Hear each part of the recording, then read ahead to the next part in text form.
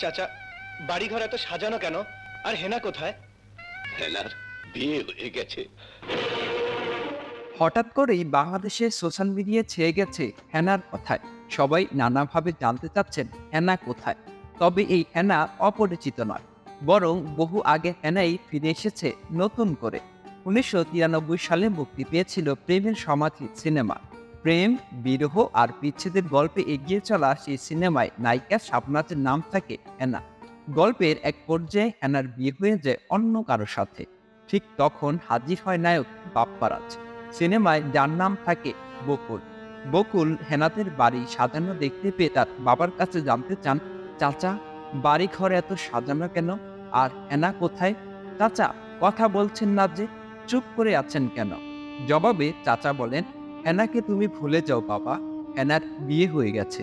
বকুল তখন আবেগ আপ্লুত হয়ে বলেন, না না না, হেনার বিয়ে হতে পারে না। আমি বিশ্বাস করি না, আমি বিশ্বাস করি না। এরপর প্রেমের সমাধি ভেঙে মনের শিকল ছিঁড়ে পাখি যায় উড়ে যায় গানটি পর্দায় বাজতে থাকে। প্রেমের সমাধি ভেঙে মনের শিকল ছিঁড়ে। অনেকেই এই দৃশ্যের ভিডিও ক্লিপ শেয়ার করছেন এবং নিজেদের মতামত ও অনুভূতি প্রকাশ করছেন। বিভিন্ন পেজ, গ্রুপে বানানো হচ্ছে মিমস। মানুষের কমেন্ট বক্সেও অহরহ দেখা যাচ্ছে এই মিমস।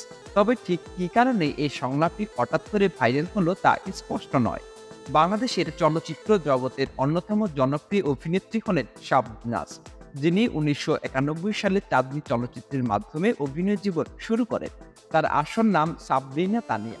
1996 সালে নির্মম চলচ্চিত্র অভিনয়ের জন্য তিনি বাংলাদেশ জাতীয় চলচ্চিত্র পুরস্কারে শ্রেষ্ঠ অভিনেত্রী স্বীকৃতি পান। অন্যদিকে বাপ্পারাজ ঢাকাই সিনেমার নায়করাজ রাজ্জাকের ছেলে। 80 ও 90 দশকে বাপ্পারাজ উপহার দিয়েছেন অনেক হিট সিনেমা। তবে জনপ্রিয় এই অভিনেতা ত্রিভুজ প্রেমের ট্র্যাজেডির গল্প নিয়ে সিনেমায় বেশি অভিনয় করেছেন, যে কারণে দর্শক মহলে ট্র্যাজেডি নায়ক ও ব্যর্থ নায়ক হিসেবে পরিচিত হয়ে ওঠেন তিনি।